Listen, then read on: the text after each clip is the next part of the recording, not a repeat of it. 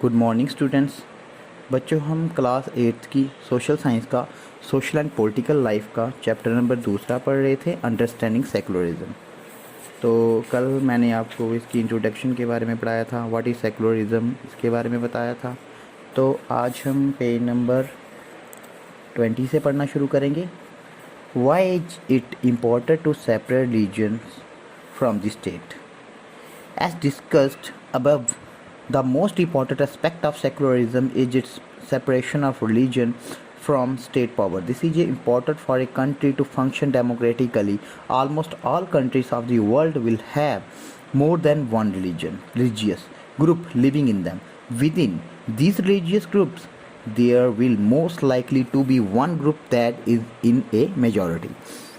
If this majority religious groups has access to state power, then it could quite easily use this power and financial resources to discriminate against and persecute persons of other religions. बच्चों, देश की पहचान से उस देश के धर्म को थोड़ा अलग रखने का मतलब क्या है? दुनिया में जितने भी देश हैं उनमें से ज़्यादातर देश ऐसे हैं जिनमें एक से ज़्यादा धर्म के लोग रहते हैं। मान लीजिए किसी भी देश में अलग अलग धर्म के लोग हैं तो उनमें एक धर्म ऐसा होगा जिनमें लोग मेजॉरिटी में होंगे।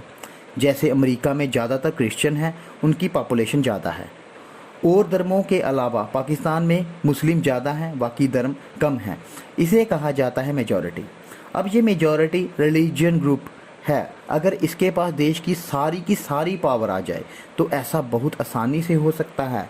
वो इस ताकत का और अपने फाइनेंशियल रिसोर्सेज का यूज़ कर सके लोगों के साथ डिस्क्रिमिनेट करने के लिए, और कई सारे केसेस में उनको जान से मारने के लिए भी इसका इस्तेमाल कर सकते हैं।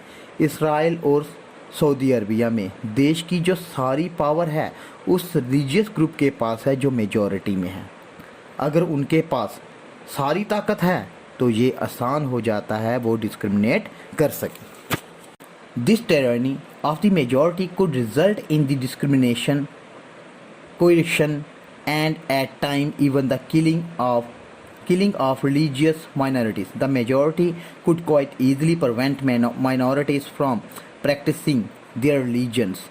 Any form of domination based on religion is in violation of the rights that a democratic society guarantees to each and every citizen irrespective of their religion. Therefore, the tyranny of the majority and the violation of fundamental rights that can result is one reason why it is important to separate the state and religion in democratic societies. बच्चों, जो majority है किसी भी देश के धर्म के लोगों की, टायरेनी का मतलब होता है उत्पीड़ना, बहुत ज़्यादा एक्सप्लॉयटेशन। मेजॉरिटी की जो टायरेनी है इससे बहुत ज़्यादा डिस्क्रिमिनेशन हो सकता है, और जो माइनॉरिटी के लोग हैं उनको जान से भी मारा जा सकता है। जो डेमोक्रेसी होती है, डेमोक्रेसी का मतलब क्या होता है? डेमो का मतलब होता है जो लोग हैं, और क्रेसी का मतलब होता है राज। डेमोक्रेसी मतलब जहाँ लोगों का राज हो। जो डेमोक्रेसी सोसाइटी होती है वो अपने इंडिविजुअल सिटीजन को ये अधिकार देती है कि आपके साथ धर्म के नाम पर कोई डिस्क्रिमिनेशन नहीं होगा।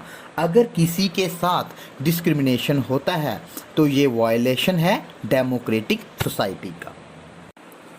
Another reason that it is important to separate religion from the state in democratic societies is because we also need to protect the freedom of individuals to exit from their religion. बच्चों, जो democratic societies होती हैं उसमें हर इंसान को अधिकार दिए जाते हैं कि वो कोई भी धर्म फॉलो कर सकता है। और ये अधिकार क्या हैं? हर व्यक्ति को ये आज़ादी दी गई है कि वो अपना धर्म छोड़ सकता है। Embrace another religion or have the freedom to interpret religious teaching differently. To understand this point better, let us take the practice of untouchability. You might feel that you dislike this practice within Hinduism and therefore you want to try and reform it. However, if state power were in the hands of those Hindus who support untouchability, then do you think that you would have an easy task to try and change this. Even if you were part of the dominant religious group, you might face a lot of resistance from fellow members of your communities. बच्चों, कोई भी अपना धर्म छोड़ के और कोई धर्म अपना सकता है। लोगों को आज़ादी दी गई है कि वो अपने धर्म में कही हुई तमाम बातों में अलग अलग बात का अलग अलग मतलब निकाल सकते हैं। उनको अगर कोई बात माननी है तो मान सकते हैं, अगर कोई बात नहीं माननी तो नहीं मान सकते हैं। इस चीज़ की पूरी आज़ादी है। फॉर एग्जाम्पल, मान लीजिए देश की सारी ताकत किसी एक धर्म के लोगों के पास आ जाती है तो क्या होता है। हिंदुइज़्म में एक ऐसा टाइम था जब अनटचेबिलिटी का सिस्टम था, जब लोअर कास्ट के लोगों को बहुत बुरा माना जाता था। ऐसे हिंदू कई सारे थे जिनको लगता था कि हमारे हिंदू ग्रंथों में लिखा है कि अनटचेबिलिटी के बारे में।